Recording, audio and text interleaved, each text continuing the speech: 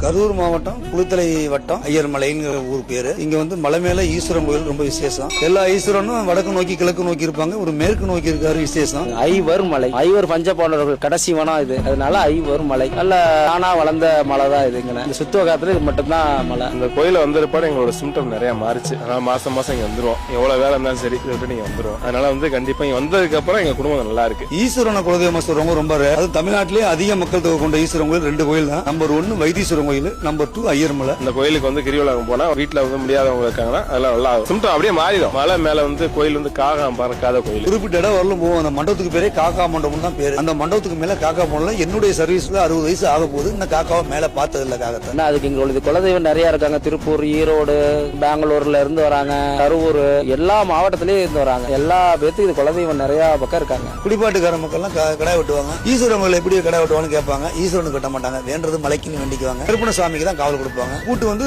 கருப்பணசாமி கம்பத்துல கட்டுன்னு ஒரு கட்டு கட்டுவாங்க. மொத்தத்துல குடும்பம் சுபிக்ஷமா இருக்கணுங்கிறதுக்காக கம்பத்துல கட்டிட்டு கருப்பணசாமி கிட்ட பூட்டு போட்டு வெளியிட்டு பரிகாரம் பண்ணிட்டு போவாங்க. இங்க இந்த கோயில்ல வந்து மன நிறைவா எதை வேண்டுனாலும் வேண்டுன வர கிடைக்கும். வந்துட்டு போனாவே வாழ்க்கையில இம்ப்ரூவ்மெண்ட் அதிகமா கிடைக்கும்.